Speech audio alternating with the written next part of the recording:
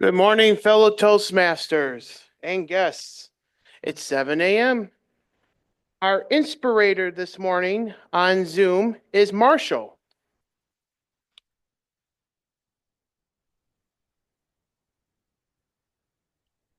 Hi, good morning, dear Toastmasters and guests.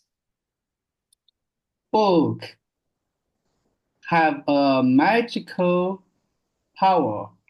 They inspire us, broaden our perspectives, and sometimes even change our lives. A good book is more than just the words on a page. It is a gateway to wisdom and growth.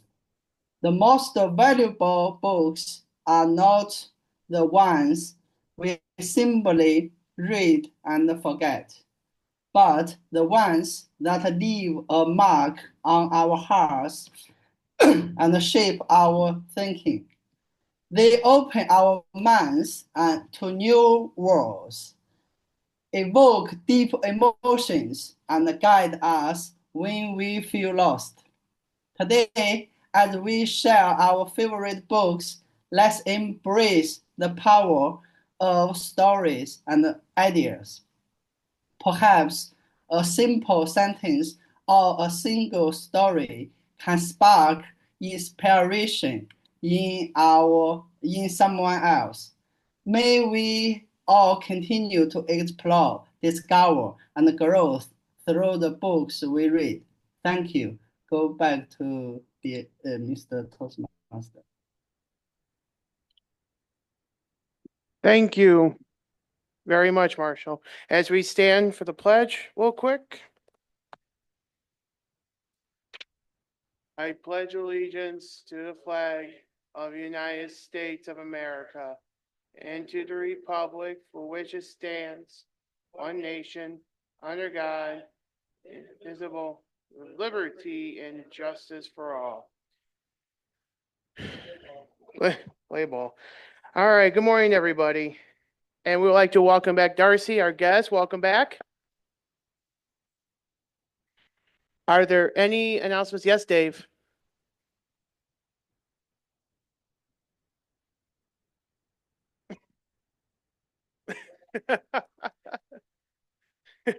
Thanks for sharing. I'd like to remind everyone, dues are due. Yep, that was Amy saying about dues. Yes, dues are due at the end of the month. Please make sure you get your dues into Beth. Yes, and at the end, we'll draw out the name for the free dues. Are there any other announcements? All right. It's time for our favorite books, but before I invite Marty up, let's do the Walton thing and say who's in the room. We have Jackie, Dave, Maggie, Beth, Mary, Jill, Steve, Marty, Darcy, Len, Nancy, and myself. And Zoom, we have Marshall, Carol Ann, David Jones, Tracy, Kate, Sylvia, and and that's it. All right. Please tell me, welcome up our Toastmaster today for favorite books, Marty Johnston. Thank you, Mr. President. Welcome back, Darcy. Most welcome guests. I'm going to start with a toast to our theme and our favorite reads or our favorite books, to the places and the peace that reading a book can take us. Cheers.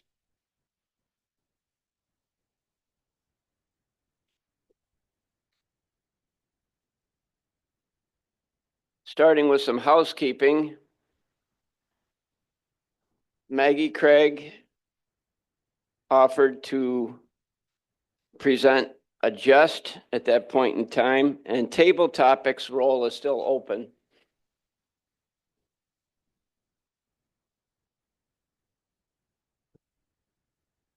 I can take table topics if no one else does. We have 3 speakers. Marty, I'll do table topics. I know. Oh, no, I'm sorry. You're the third speaker, David. That's what I meant. You're the third speaker. That's what I meant. Who said that? I did. Sylvia, Sylvia? Sylvia will Yes. take care of table topics. Thank you, Sylvia. You're welcome. And at this point in time, it looks like everyone is accounted for.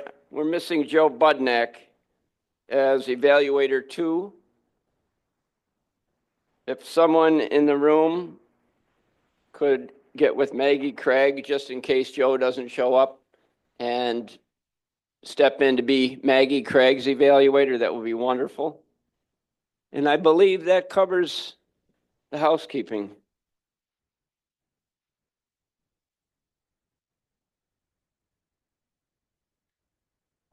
I'm going to start with introducing our most important role holder of the day is our general evaluator, Jackie Kenny. Please share your duties for the day, Jackie. Good morning. Thank you. Good morning. Okay. Officially, according to Toastmasters, the general evaluator assesses the entire club meeting from start to finish. So beware, everyone. Providing feedback on the meeting's flow, evaluations, and overall member experience to help the club improve, which is a mother's job. So that's what I will do. Thank you, Jackie.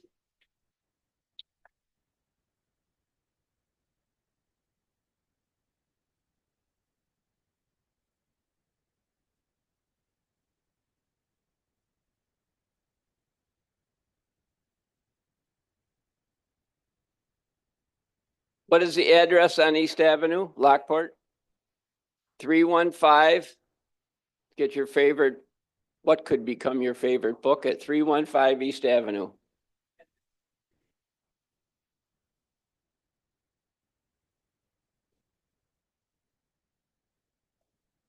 Welcome, Joe.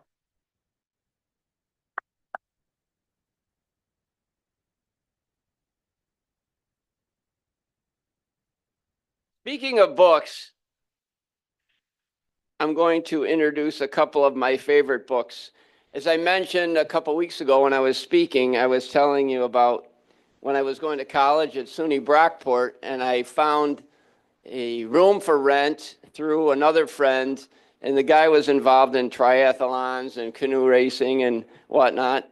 And lo and behold, he had a copy of this book. It's called Canoe Racing.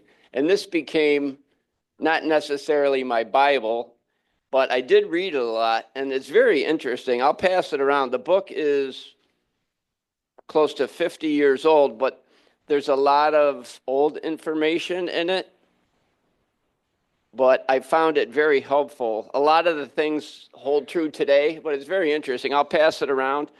And then the second book I have was given to me actually by my wife right around the time we were married, and it's called Paddle to the Amazon by Don Starkell. And it's a book about he and his son, about him and his son. They paddled to the Amazon from where they started in Winnipeg, over 12,000 miles. It's very interesting. It's one of those books, you know, all of you have read books. It really captures you, and you can go from chapter to chapter. It's encouraging reading. It's very interesting. I'll pass these around. Excuse me as I step away for a second.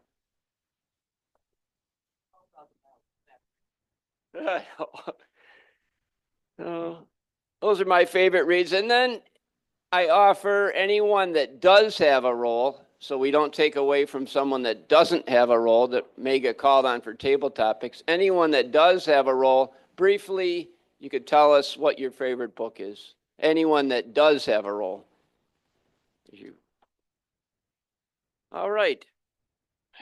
I'm going to call on one of our other role holders this morning is our word master, Mary Cavanero. Mary, please share the word of the day with us. Did you come up with your big smile? It's okay. It's okay. Hi, good morning. Good morning. So today's word is explanation.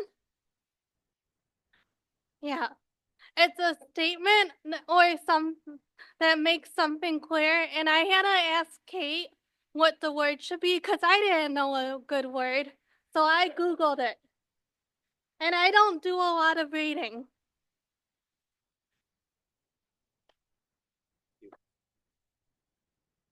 Thank you, Mary. Mary, any word that ties in with the theme? It doesn't necessarily have to tie in with the theme, but the word you chose again is explanation. Explanation. So try to use the word explanation when you speak today. And I'm looking for our master on Zoom, David Shannon. David, I don't see him yet. Okay, Darcy will fill the role. Would you please come up and just explain your role for the benefit of the membership in general? You can come up and just explain the role of the master. Darcy, thank you.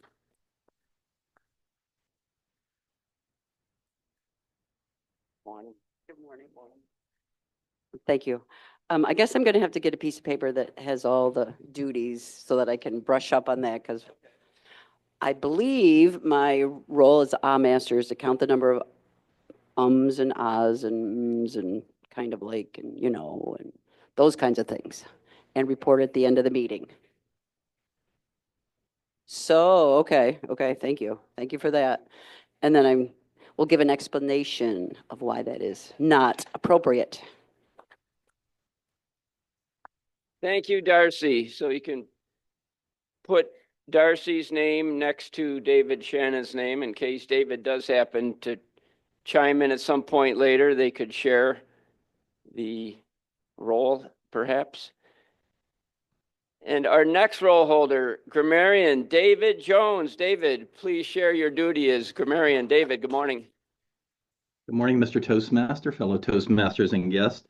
First, I'd like to give an explanation of my favorite types of books, and they are fairy tales. But more than that, whenever I want to read a book, I always go to a bookstore or to eBay and try to find the oldest book.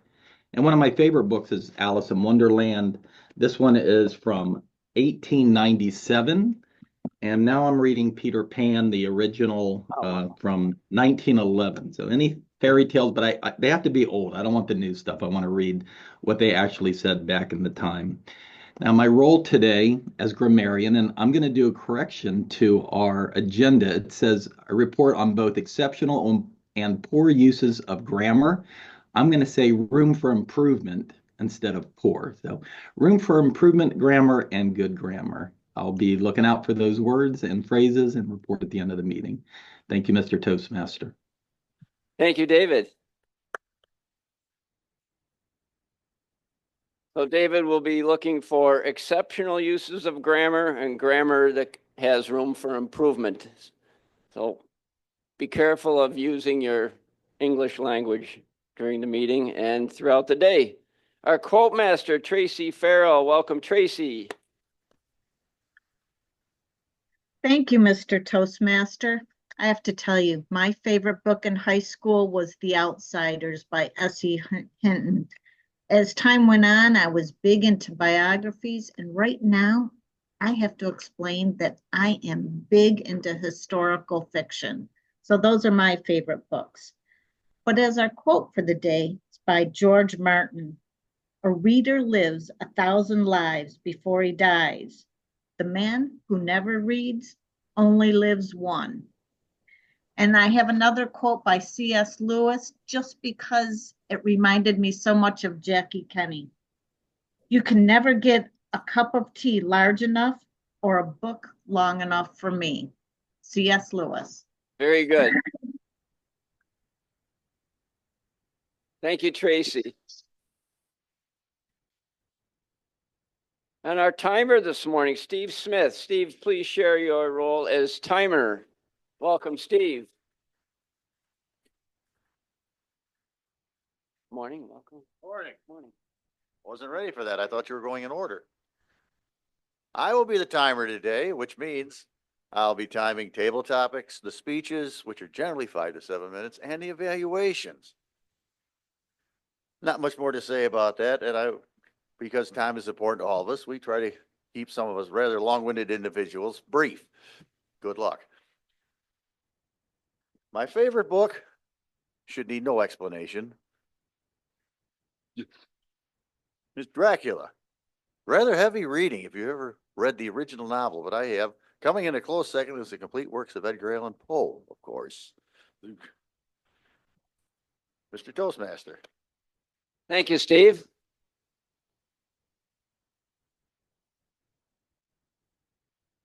Moving into our next segment of the meeting is table topics.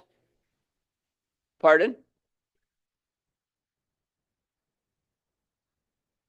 I skipped over Jester. Maggie Craig. Jester.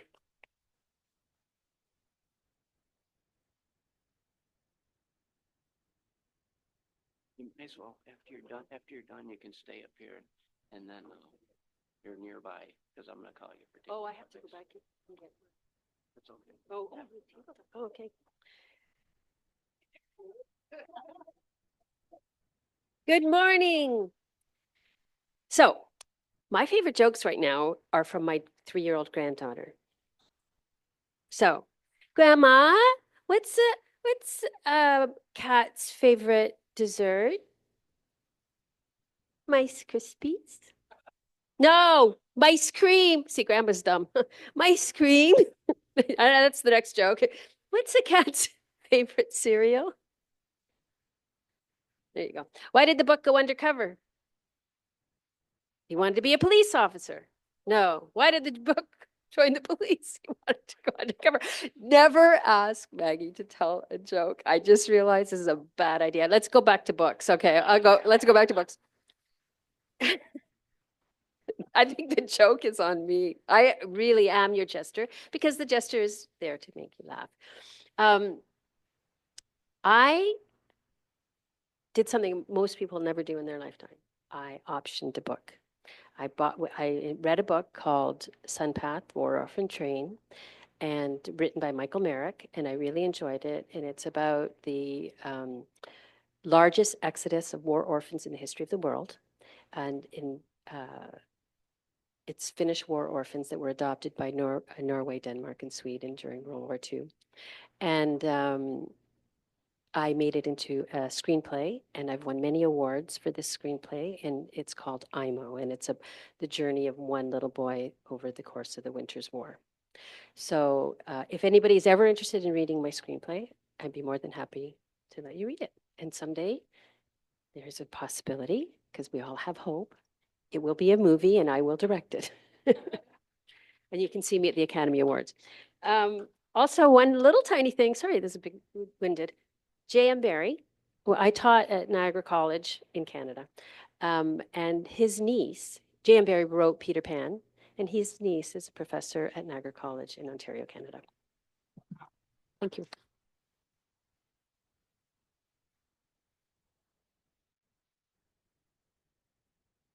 Thank you, Maggie. Our quiz master this morning, Jill Roaring. Jill, please share your role as quiz master. Yeah. Welcome. Good morning, fellow Toastmasters. As Quizmaster, I will be testing your listening skills throughout the day, throughout the meeting, and seeing what have you caught and what have you ignored. I will be quizzing you at the end of the meeting. Passing the quiz will allow you to leave the room. No, not really. That's one benefit the Zoom people have there, is they could leave the room automatically. All right, so I will be up here at the end of the meeting to test how you've listened. Thank you. Thank you, Jill. And I'll invite Sylvia Baptiste next to come in from Zoom to our room and lead table topics. Thank you, Sylvia. You're welcome, Marty. Books. I unfortunately have not read many. Reading was not my thing growing up. But as I get older, I end up looking at more and more books at the bookstore. I go in purposely to see what I could pick up and what covers on the books attracts me to this book. But I'm kind of like Tracy. I've been reading more historical fiction stories. And we have one, I think we, because I borrowed it from my sister, have a book that's called Tiger at the Bar. And it is about a famous attorney in Western Pennsylvania, where my mother grew up, and Punxsutawney is like one of the towns. And this attorney, he was very successful and went into politics, Charles Morgany. And one of the cases that he tried, his book is about all these little trials he tried, was a family member of my mother. So that intrigued me. And unfortunately, he lost a case. And my sister wrote a little note that said, this is one of the very few cases that he lost. And the lesson to learn from the story is never say you're going to kill someone out loud and in public. So I have to read this little story of his. I haven't started yet. So Len, I'm going to ask you, or I am asking you, is there a book out there about a family member or a history that from your family or that you know of that you could tell us about?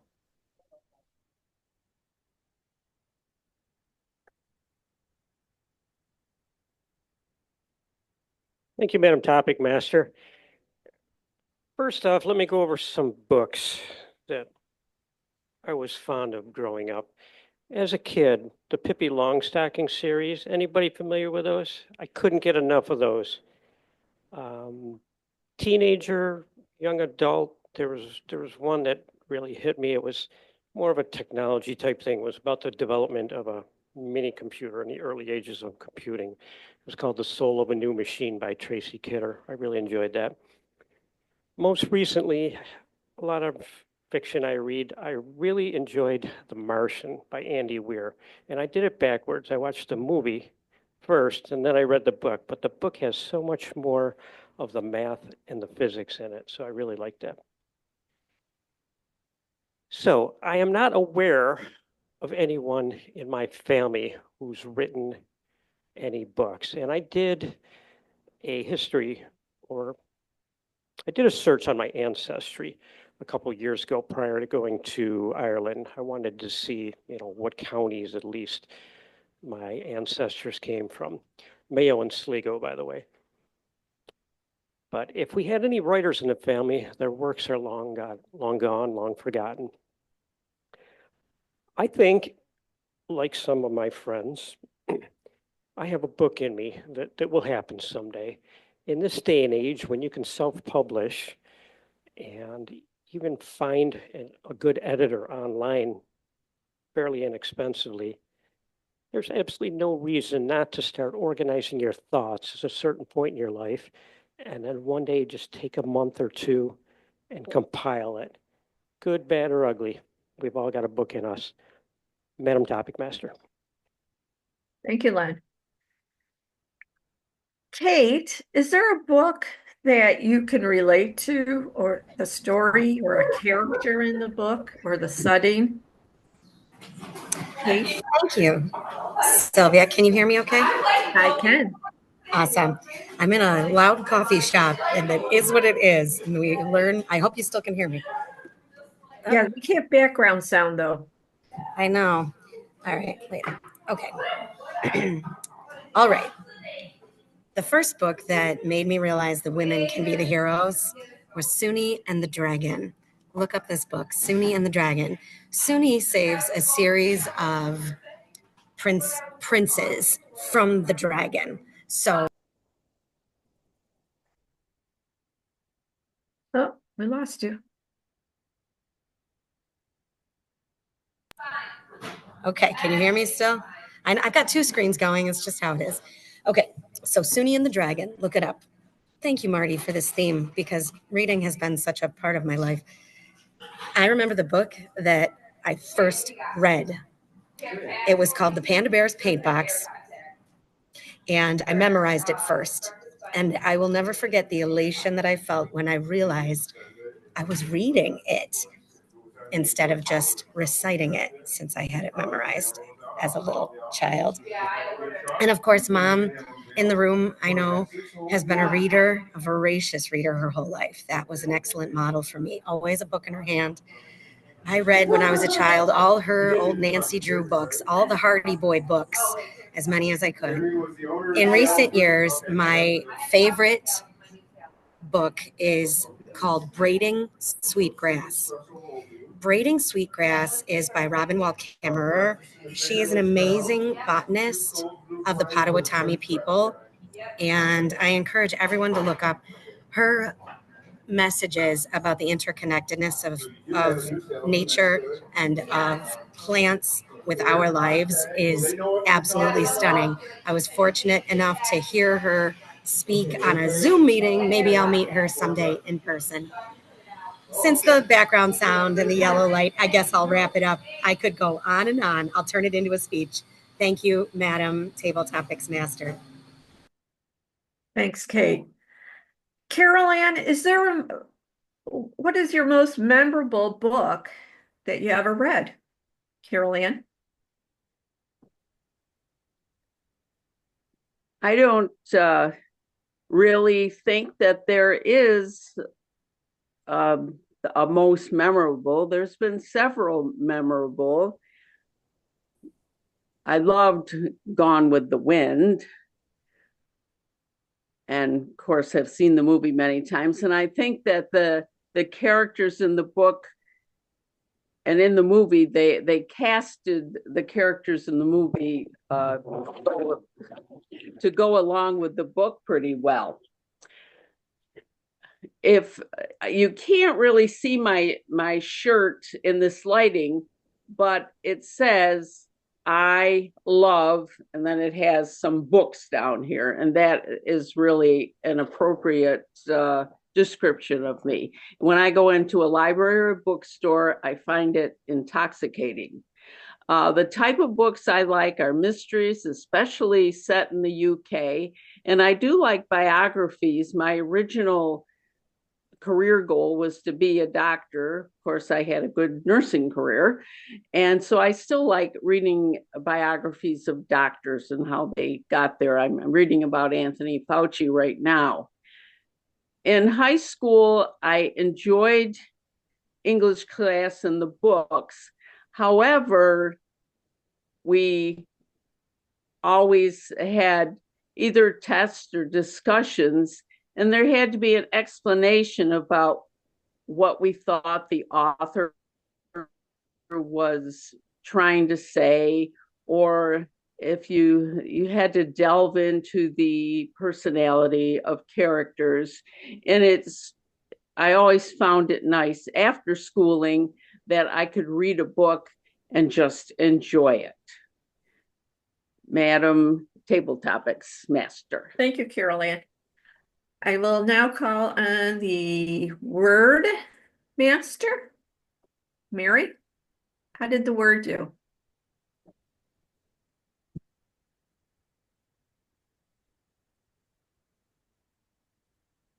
I only heard it from Carol Ann. That's it. Sorry, Mary. Technical difficulties. I forgot to say explanation. No need to vote. Good job, Carol. And our timer.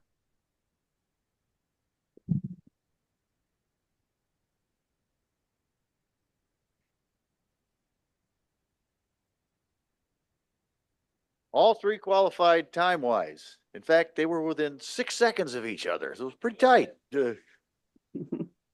Great job. Send this over to Marty. Thank you, Steve. Thank you, Mary. Thank you, Sylvia. Did someone say that we are not voting? Okay, we are not voting. Okay, great.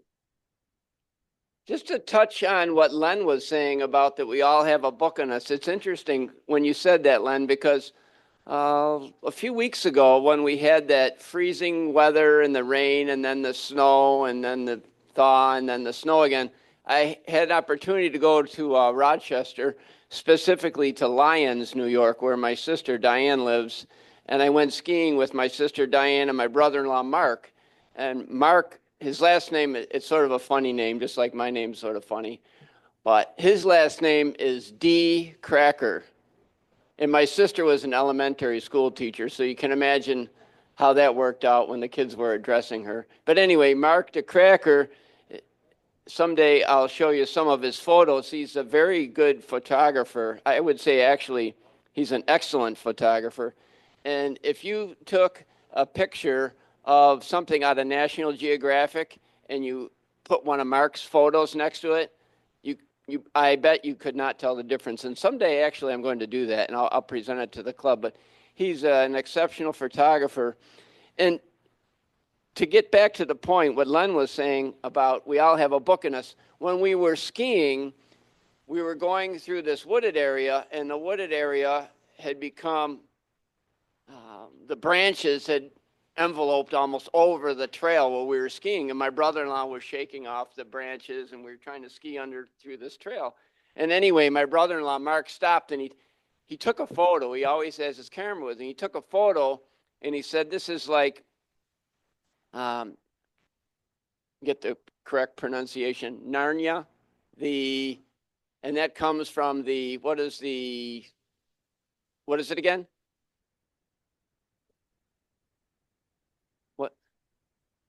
The Lion, the Witch, and the Wardrobe, right. And anyway, it was just a beautiful scene. And he said, this might be one of the pictures in a book that I'm going to write someday. And I was really, really happy. I was overwhelmed with happiness when I heard him say that, because the guy is very talented. And right now, he does a lot of work with what's called Muromania in Rochester area. And they paint in historical areas in small canal towns, murals on the sides of buildings near the canal specifically, throughout Rochester, Lyons, Newark, Geneva.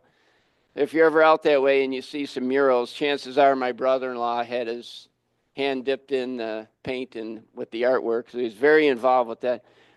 But I just wanted to make a note of that, yeah, we all do have a book in us, Len, and that's very interesting that you raised that point. Moving into our next portion of the meeting is our speaking portion, specifically our speaking portion. And our first speaker this morning is Eric Schneider. And Eric Schneider is an alumni of Lockport High School, graduating in 2011. Eric was recently nominated by his classmates from Canisius University as a distinguished student, distinguished alumni. Eric has been involved in many community volunteer organizations, and from Toastmasters to the Celtic Festival. Eric's been nominated through the story about him in the Canisius newspaper for Familiar Faces of Canisius and for his positive attitude, one fist bump at a time. Eric, along with 7 other people that were nominated, will be inducted at the Lockport High School Wednesday, August 20th at 7 p.m., and all are welcome. And this morning, Eric is practicing a speech for the Lockport High School alumni introduction, and his evaluator will explain his objectives, and that is Beth Banks. Welcome, Beth.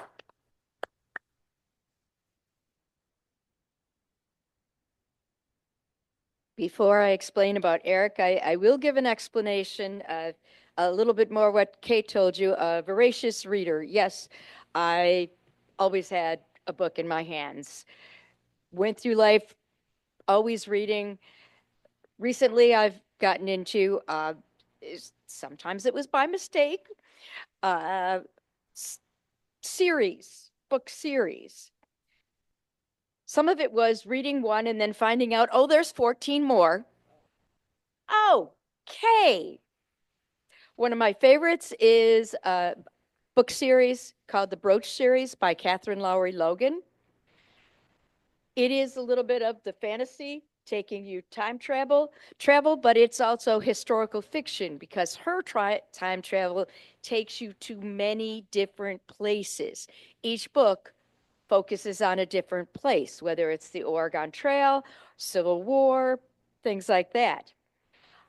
In my book club, we read the first of Louise Penny's Bruce Gamache series. I think this is 5 or 6. Mysteries taking place in a small town in Quebec.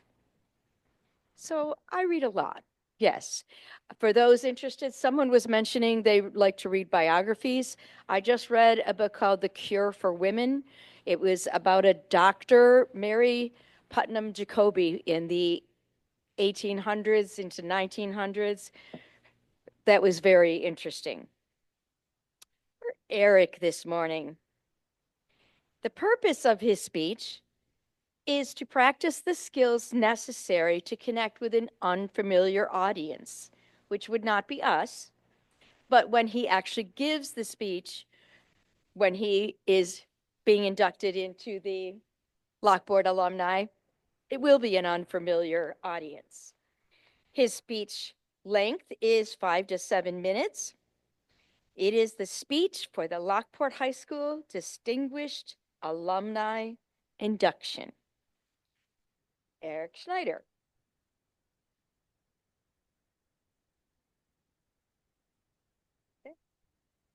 Before we start the timing, Mr. Timer, sorry, Steve. I was going to say my favorite books were growing up. I'm not going to give too much of an explanation. It was either Captain Underpants, Junie B. Jones series. I used to read Junie B. Jones. Right now, I'm continuing reading a book that my English professor was writing along with his sister before she passed away. I encourage everybody to read it. It's called The Crystal Gavel. And it is a memoir because my professor's sister was a judge. So I believe it's on Amazon or Kindle. So you guys can buy the book. It's very good so far, and I enjoy reading it. Again, it's called The Crystal Gavel. Mr. Timer, if you would begin. Fellow Toastmasters, guests, as you may have heard, I am going to be inducted into the Lockport High School Distinguished Alumni this August. And this morning, I'm going to be practicing my speech, so when I do go up in front of everybody, I will have no problem speaking to an unfamiliar audience. And I forgot to write it all down because it has been a heck of a week. So anyway, Superintendent Calvin, fellow honorees, ladies and gentlemen, it is a great honor to be inducted into this wonderful alumni organization. As a student graduating in 2011 and reflecting on the 4 years I have endured being in the institution, I have learned a lot with my learning disability. I have been so blessed to, make a lot of new friends coming from middle school. And knowing all my teachers that have known my brother and my sisters when they attended Lockport. During my time at the high school, I would say that it has been a profound journey, and I never would have made it without the love and help and support of my family. I would like to give a shout out to my family, especially to my parents, George and Mary. through all the times we've, dealt with my disability involving my classwork and how we can move forward. They have been so supportive, so giving, and every time we get into arguments, though, they never stop giving up on me. And that is a gift. My father, especially, has been through my CSE meetings, CSE, which is Committee on Special Education, involving with my individual educational program. And the words that he always said to the teachers and to school officials that this is for Eric. So I want to say to my parents, thank you for always moving me forward in the path that I wanted to take. To my brother, Patrick, and to my sisters, Andrew and Alyssa, I want to say thank you to the three of you for always having my back, helping me with my studies. It wasn't easy, but we made it through it together. To the teachers who I have a pleasure of knowing and who taught me, I am in deeply grateful for your services and for your loyalty and confidence in me, because you all have shown me what it means to be an academic scholar. As I look back now, 14 years later, I would say this. It's been one heck of a ride, and I encourage everybody to thank their teachers, thank their parents for all the hard work and dedication they put forward. And with that, I would say this. A learning disability will not define me who I am with this, but with being a student with a learning disability, it made it a whole lot better than I ever endured. So, thank you, Mr. Toastmaster. Thank you, Eric. Our next speaker, Maggie Craig, being evaluated by Joe Budnick. Joe, please come up and share Maggie's speech objectives.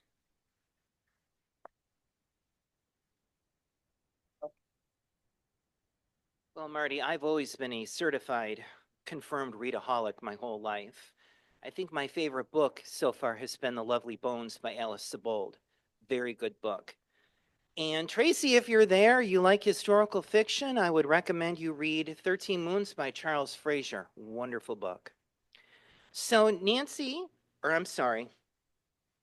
Maggie is going to give a speech, tell a story using vocal variety and body movement, and it is titled, It's 3:12 and I'm Awake. Sounds like me. I'm a night owl too, actually. Thank you. Thank you, Maggie. Best of luck.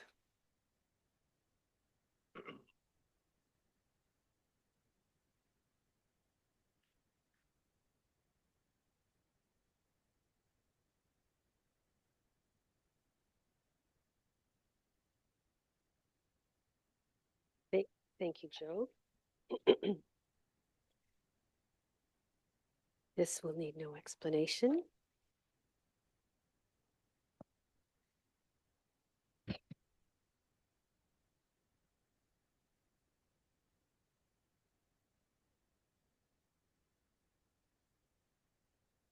It's 3:12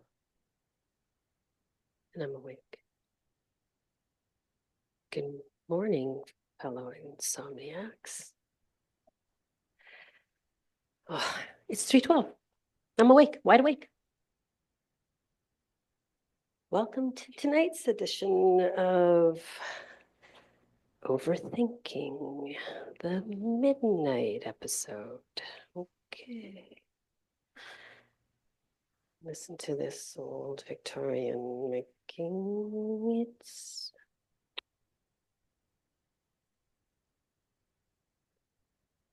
Is that a mouse? You think it's a squirrel in the attic? Maybe it's going to drop in on my head. Gnawing through the ceiling.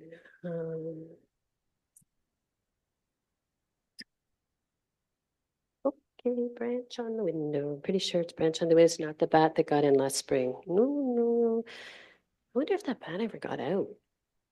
Maybe he's living with the squirrel in the attic, plotting to take over the house. Okay. You know, wine before bed? Very relaxing. Till it's not. Okay, I'm awake. It's 3:30. Yay! Writing a horror script in real time in my head. What if that isn't the house settling? What if somebody's outside? Or what if somebody's in? Hey, wait. Why did the motion detector just set off the backyard light? Okay, now, here's where any rational person would roll over and tell themselves, it's a deer, it's a dog. Oh, but not me. No. I do what every person in a horror movie does. I get up. I go investigate. Peek through the blinds. And there it is, my old tree fort. Something isn't right. There's movement, shadow. Go back to bed, my logical brain says. But my sleep-deprived brain says, congratulations, you are the main character in your own thriller. So I go outside. And there he is, up in the top part of my tree fort. Young boy, 16 years old. And I look at him. You okay? Okay, so I stand there defenseless in my superhero PJs. You got a gun? Me neither. But I have a dog. Scaredy dog, but a dog. And just like that, I become no longer the insomniac homeowner investigating a noise, but I'm someone standing between a kid and another night sleeping in the dark, cold, alone. Go on in. We talk. Cinnamon toast and tea. That always made me feel comfortable when I was a kid. And slowly and carefully tells me a story. No family, no home, nowhere to go. We share, exchange, assurances. We'll work this out in the daylight. But for now, sleep in a real bed, not a fort, full belly, quiet mind. And, for the first time tonight, I feel a little at peace. I've done something, made a difference. I return to bed, exhausted, feeling satisfied. I sink into my mattress, and I'm finally ready to sleep, knowing that tonight, just for a moment, I made a difference. Saved the world, or a small part of it. Just as I close my eyes, it's 6 a.m., and I'm awake. When we do something, we're afraid. And when we do nothing, we're afraid. When we do something, if we're still afraid,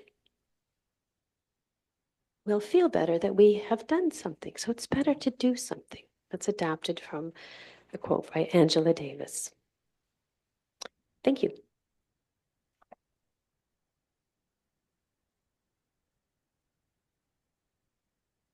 Thank you, Maggie. Thank you, Maggie. Our next speaker is David Licata, being evaluated by Nancy Ferry. Welcome, Nancy.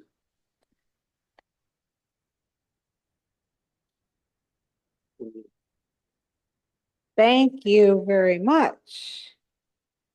I do not have a big explanation for Mr. Licata's speech because I didn't know he was going to be the alternate speaker when I was checking my email this morning briefly. I didn't catch anybody.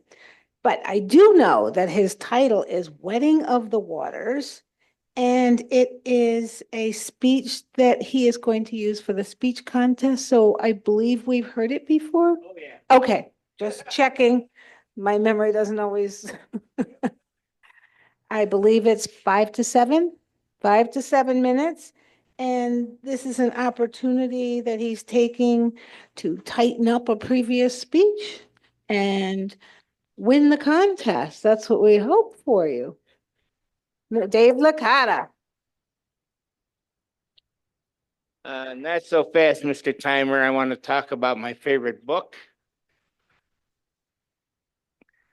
My favorite book is called The Last Place on Earth. It's about the race between the British explorers and the Norwegian explorers to the South Pole, which was the last place to be explored by Europeans. Who knows who was there before? But it's an incredible book about management and adventure because the Brits insisted on running it like a military operation, and the Norwegians, they ran it like a sporting event. Now, to make a long story short, the British people died in their tents. The Norwegians beat them to the South Pole. And when it came time to turn and come back to their base, they were clever enough to have sails put up on their sleds, and they had the dogs pulling. And the Norwegian team, after trekking these incredible miles on cross-country skis and dog sleds, actually got back to their home base and they had put on weight. So that's a book you want to investigate. And if you can't find that, I'll lend you mine. All right, now, the Wedding of the Waters. First thing, Len, you didn't know about this, but I can take care of it myself. I got to haul out this huge TV screen.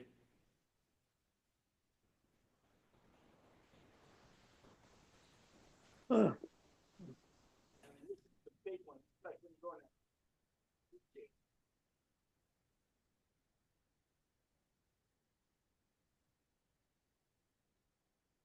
First slide, please. Click. Everybody knows what this is. This is Steve Jobs announcing. Oh, thank you. Thank you. We have I studied this in college. All right.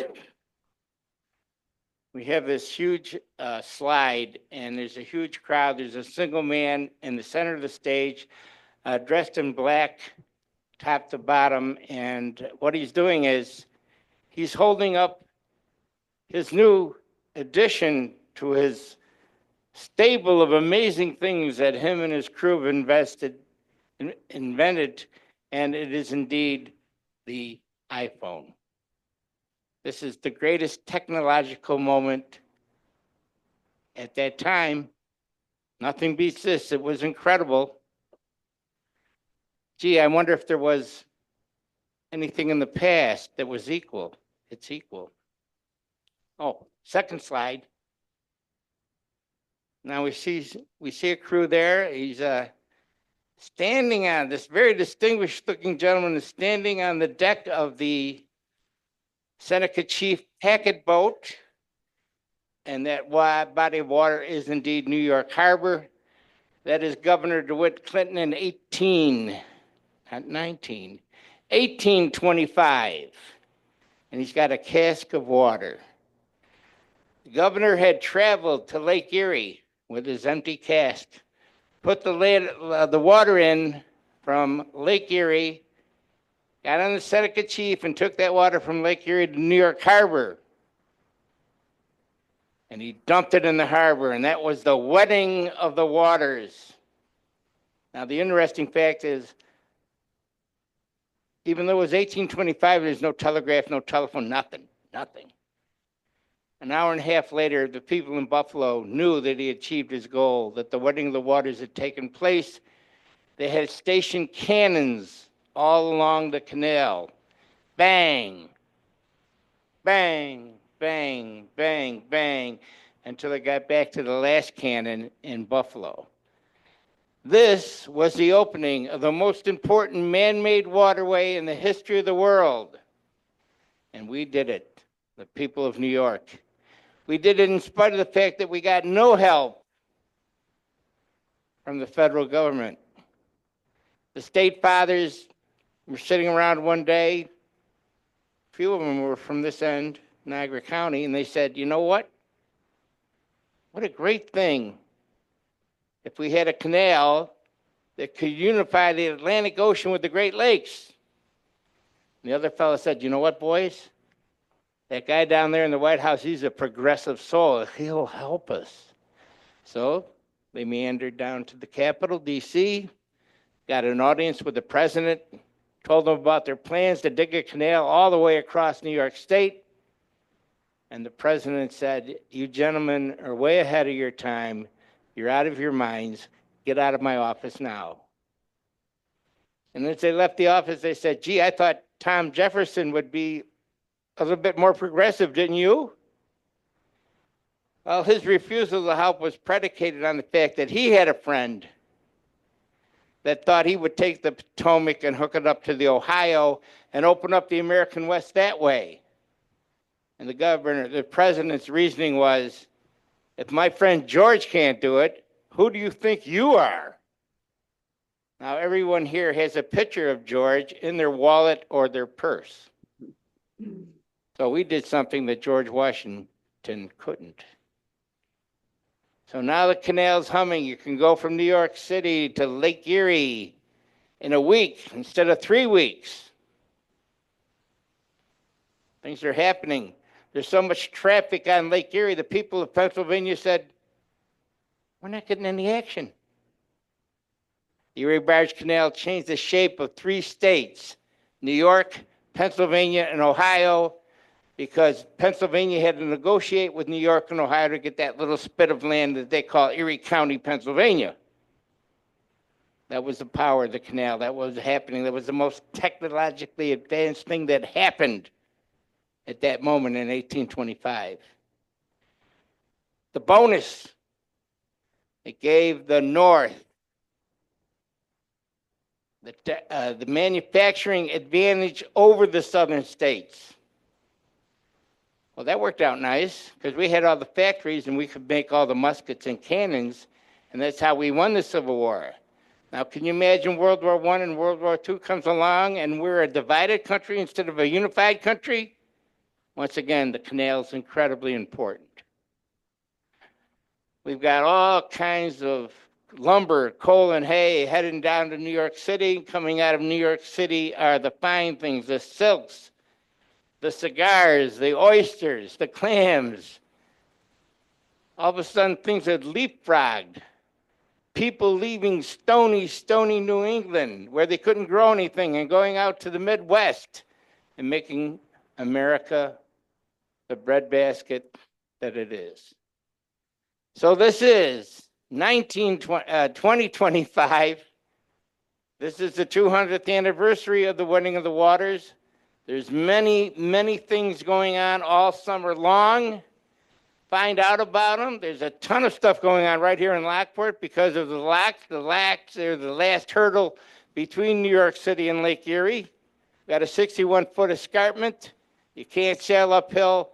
So in 1825, without so much as a calculator, those engineers figured out how to have a set of locks running east and west.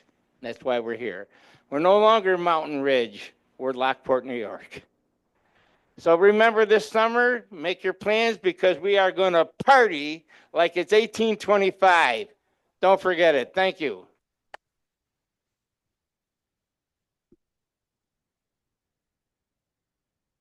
Thank you, David.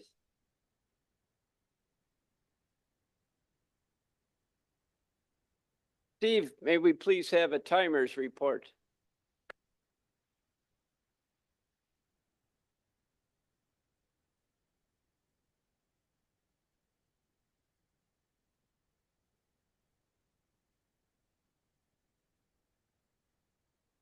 Well, I'm happy to report that all three qualified. Even though Eric just made it by the skin of his teeth with the buffer, and I'm being generous, that's my story and I'm sticking with it. So all three qualified, Mr. Toastmaster. Thank you, Steve. This point in time, we will have someone come around and collect the ballots. We're voting for best speaker. Just wanted to share a few facts on books and reading, and then we will move into the evaluation portion of the meeting. This is according to Bing on a search on the computer. Just a few interesting facts. Reading for just 6 minutes a day can reduce stress by up to 68%. Amazing. 42% of college graduates never read a book after graduating. I sort of find that hard to believe, you know.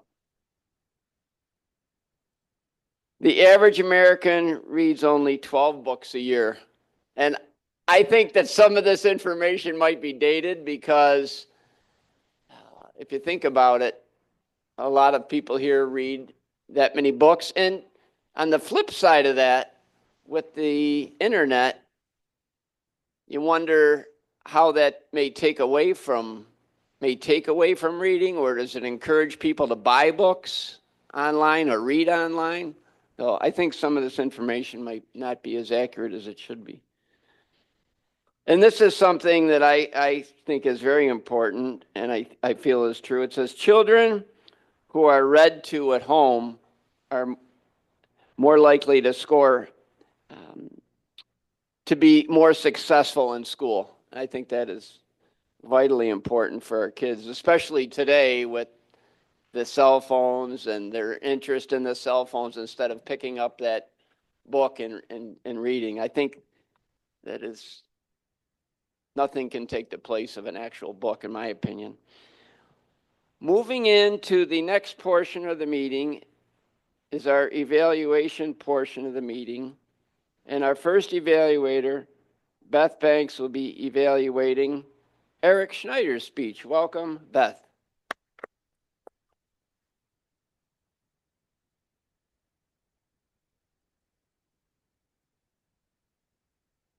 Okay, do I get on the stool? There we go. There we go. All right, then I don't have to move that. Okay. Oh my goodness. Wow. Yeah. Yeah. Oh, Eric, your speech today. A lot of good things, a lot of maybe room for improvement before you actually give it to your induction ceremony. One of the things that was very good is you really eliminated those so's and ums that are normal for you. So you really did a good job. Very good eye contact. And that's difficult to do when you're giving a speech, to make sure that your eyes are roaming the room and really meeting someone else's eyes. That was very good. Some suggestions. You began by saying that you endured your high school, which was an interesting word, but you didn't really then explain that. How did you endure it? Or if you don't want to start with something as that has a negative connotation, perhaps you want to change that word to be something else. You may have felt that you endured it, but you went on to explain how much your family helped you. So there was a little bit of confusion, I believe, on my part. Was it really endured or not endured? One of the things you do, Eric, is you mispronounce especially. Especially is not especially. If you could work on that before your speech, that would come across a little bit better.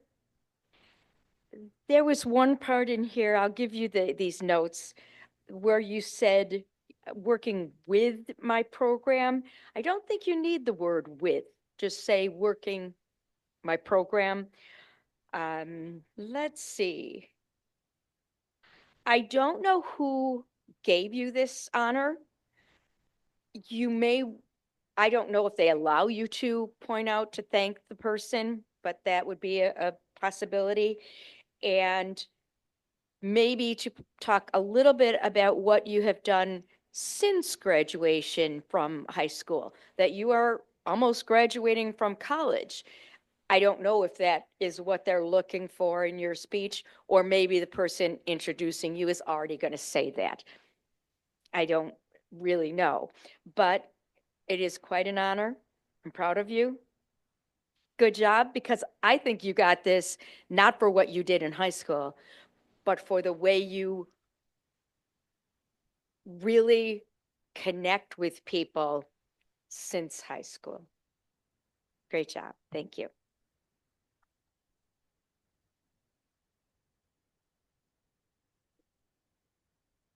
Thank you, Beth. Thank you, Beth.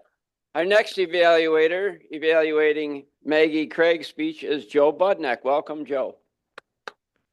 Joe. Maggie, one word, extraordinary. I told you last night on the phone you do a fantastic job. Do I lie? You did.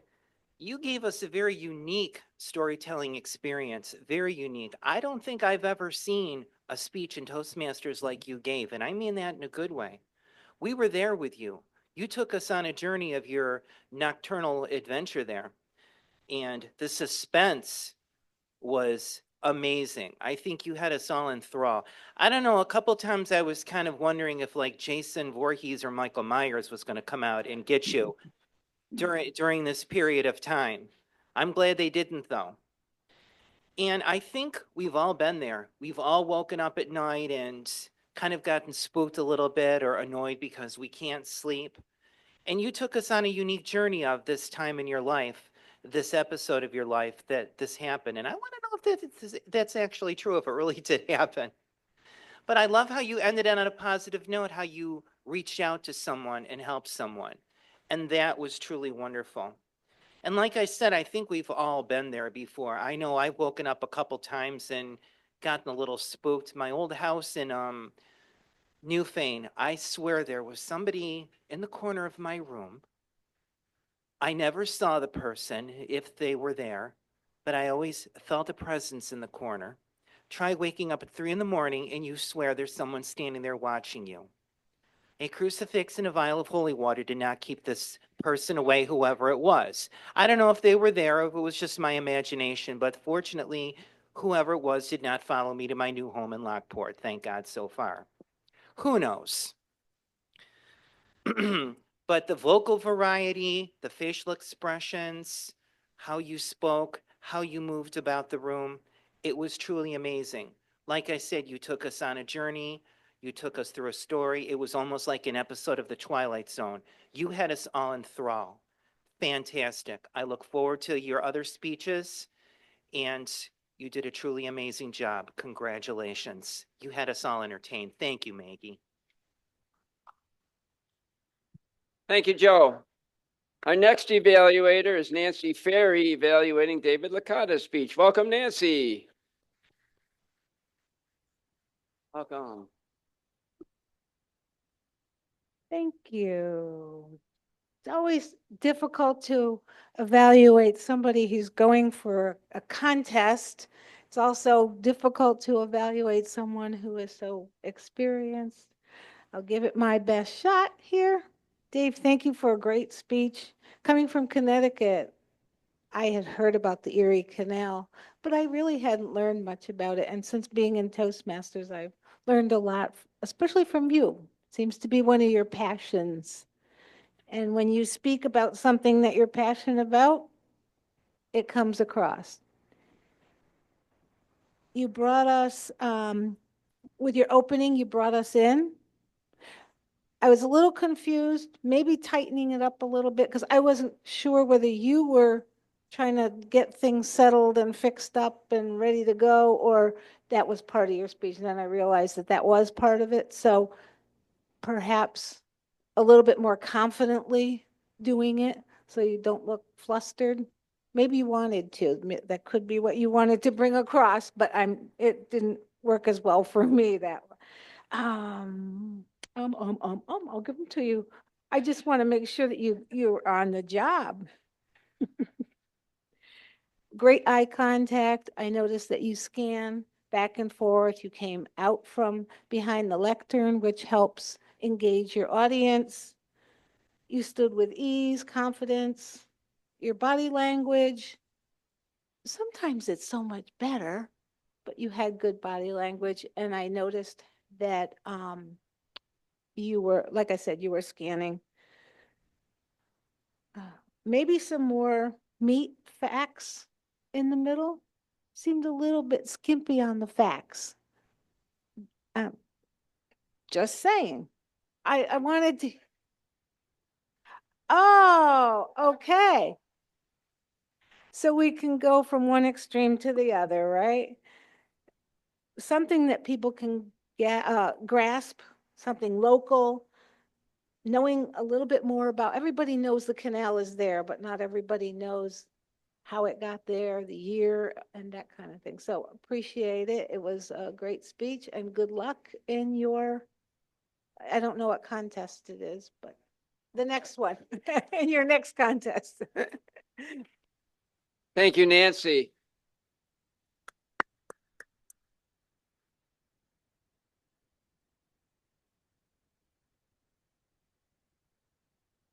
This point in time, would like a timer's report. Steve Smith, how did we fare for time? Steve.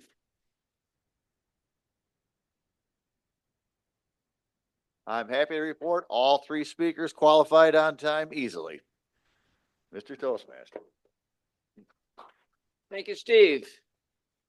So please vote for evaluator. Ballots will be collected. Next, I would like to hear from our general evaluator, Jackie Kenny. Jackie, welcome.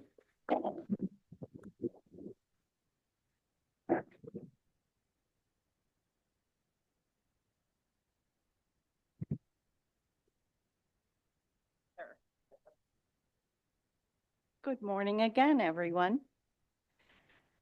I have a really full page of information to share. I thought Marty's theme was excellent. I'm always in for talking about books. And I decided my favorite book, To Kill a Mockingbird, I think is one of the best pieces of literature ever. And I would go live with Atticus. All right, we started on time. That's always a plus.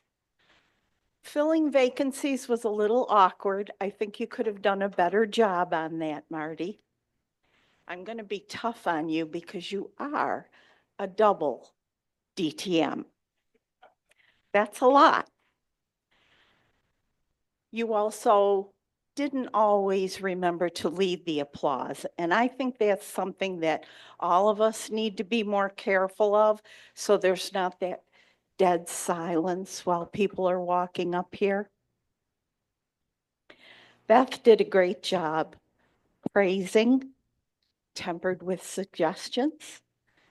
And she just brought Eric along like one of her pupils. Beautifully done. Positive reinforcement. Joe, high praise, lots of positive remarks, but I think you could find a way that Maggie could do even better. She is excellent. We all agree on that, but everybody can do a little bit better. Make sure you keep that part of the evaluation current. Nancy, noted highlights and the teaching remarks that David did. If you didn't know about the canal, you would know a lot more about the Erie Barge Canal, which is a very important historical artifact. I like the suggestion to tighten things up. That was very good. And I think that's probably almost always needed, especially in a speech that's intended for a contest. So everyone, make sure you're getting in on the applause. That's an important thing for the people that spent their time up here spilling their guts about whatever they're thinking about today. All right, that's the end of my evaluation. Marty, do you want me to call for reports or you want to do that? Okay, I can do that. We need to hear from, let's see, how about the quiz master? Come up and give us a little bit of everything this morning.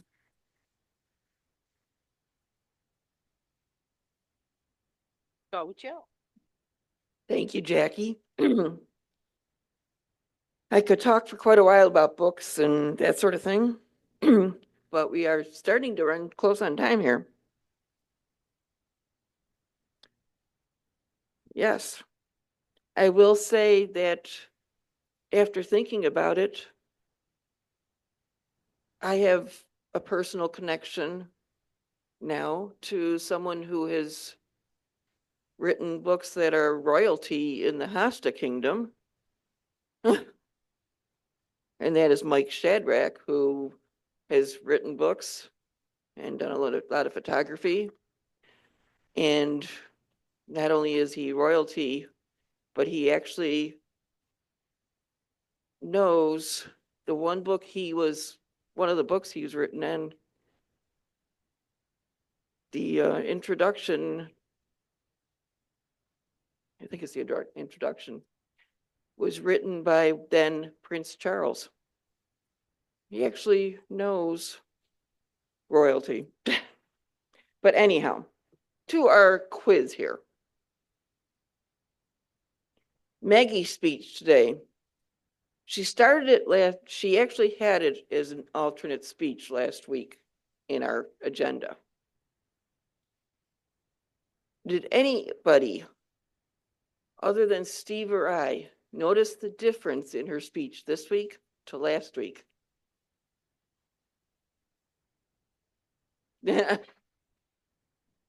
Daylight savings time.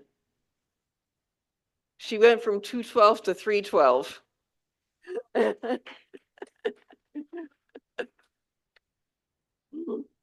Okay, where's Jackie's little library?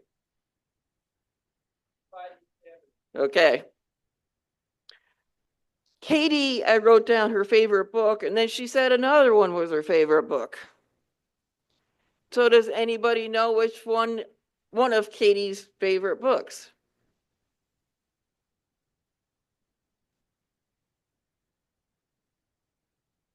There was Sunni and the Dragon, and then there was Braden Sweetgrass. Okay. What is Marty's brother-in-law's last name? DeGregor. Yeah, that had to be fun in school. Yeah. When will Eric be inducted? August 20th. Maggie is a good listener here. She can get out of the room here.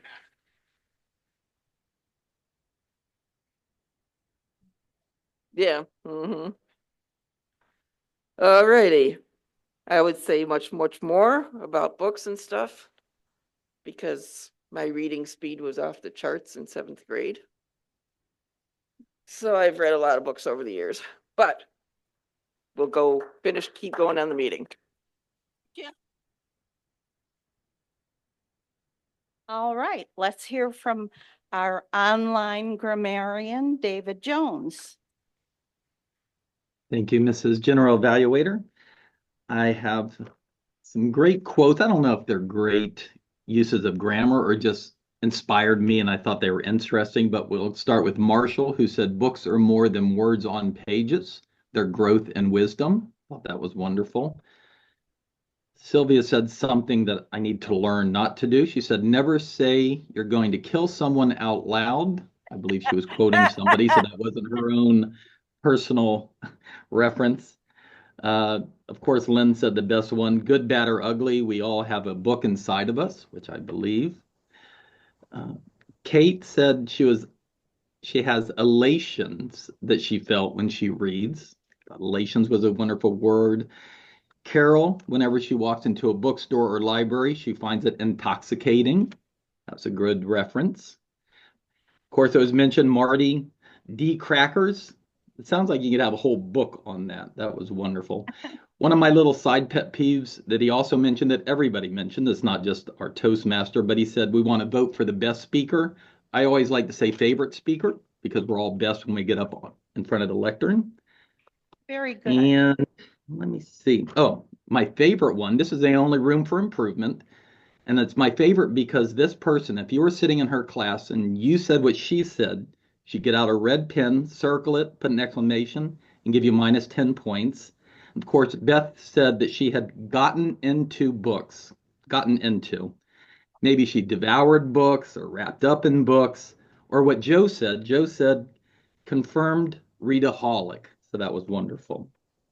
And finally, and Dave said Pennsylvania, they felt like they weren't getting any action. That was a whole nother visual for me. And Dave, I was trying to see your slides next to you, but I couldn't see them on TV here on Zoom. So just an observation there. And finally, I want to tee up somebody. I think that's a golfing term. I don't golf.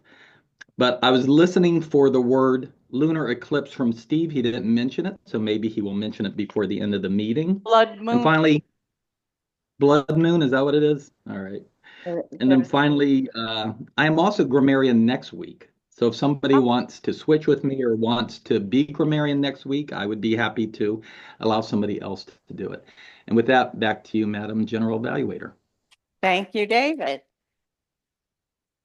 And we had Darcy jumping in this morning to be the master and take a chance on that. So let's hear from Darcy. Thank you.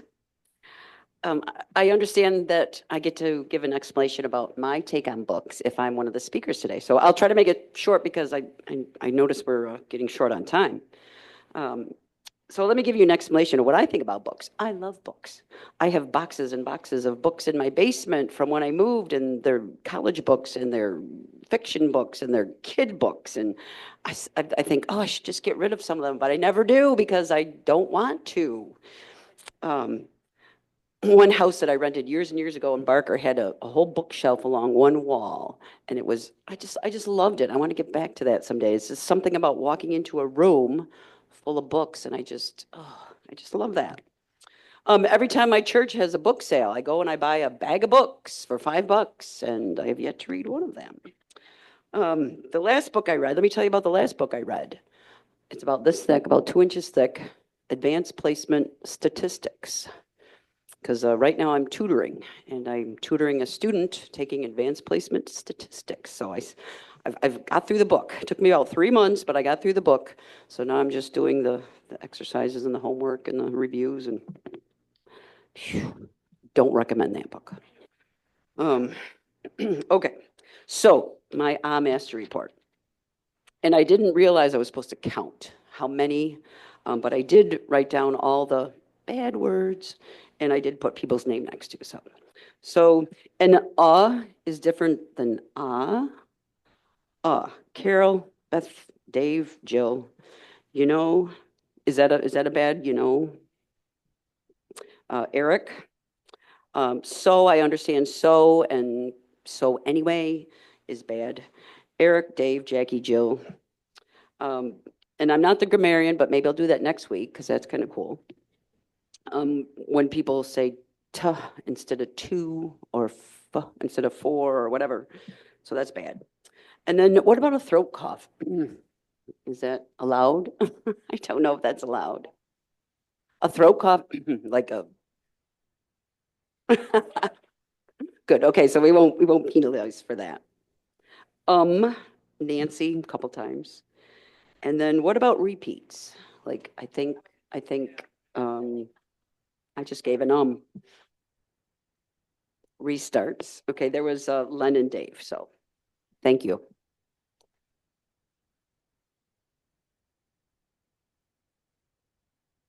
I'm not sure she'll make it in the club. What do you think? And finally, with no further explanation, our word master of the day.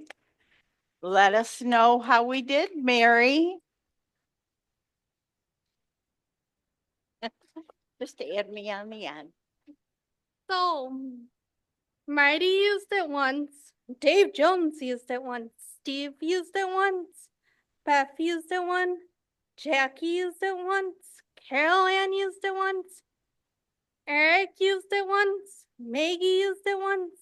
And Nancy used it once. And Darcy used it 3 times.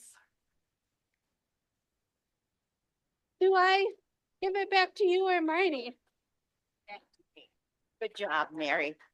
All right. Do we want to bring up the officer of the day to close things out and announce the winners? Go ahead, you announce. Yes. Oh, yes. Here, go ahead, Eric. Oh, okay. I am going to. All I'll right. get these out. I'll get them Best for you. table topic, she's on Zoom, but Carol Ann is our best table topics winner this morning. Best evaluator, who is standing to my left, is Beth Banks.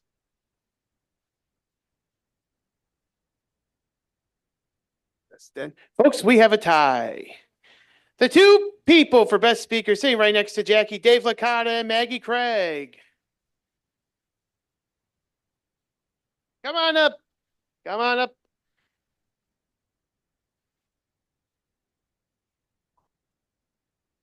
Yeah, you're right. Yeah. Hey, oh yeah, go ahead. Go ahead. I have to take my ribbon because I'm going to make a quilt out of them. So I know some people don't take them. All right, Maggie, come on back up. You're gonna both of you are gonna do the winnings for our split club and for the free dues. Yep. Last two numbers are 6-2. Steve wins the split club, and Dave, who's gonna win the free dues? We'll start a new collection. Yep.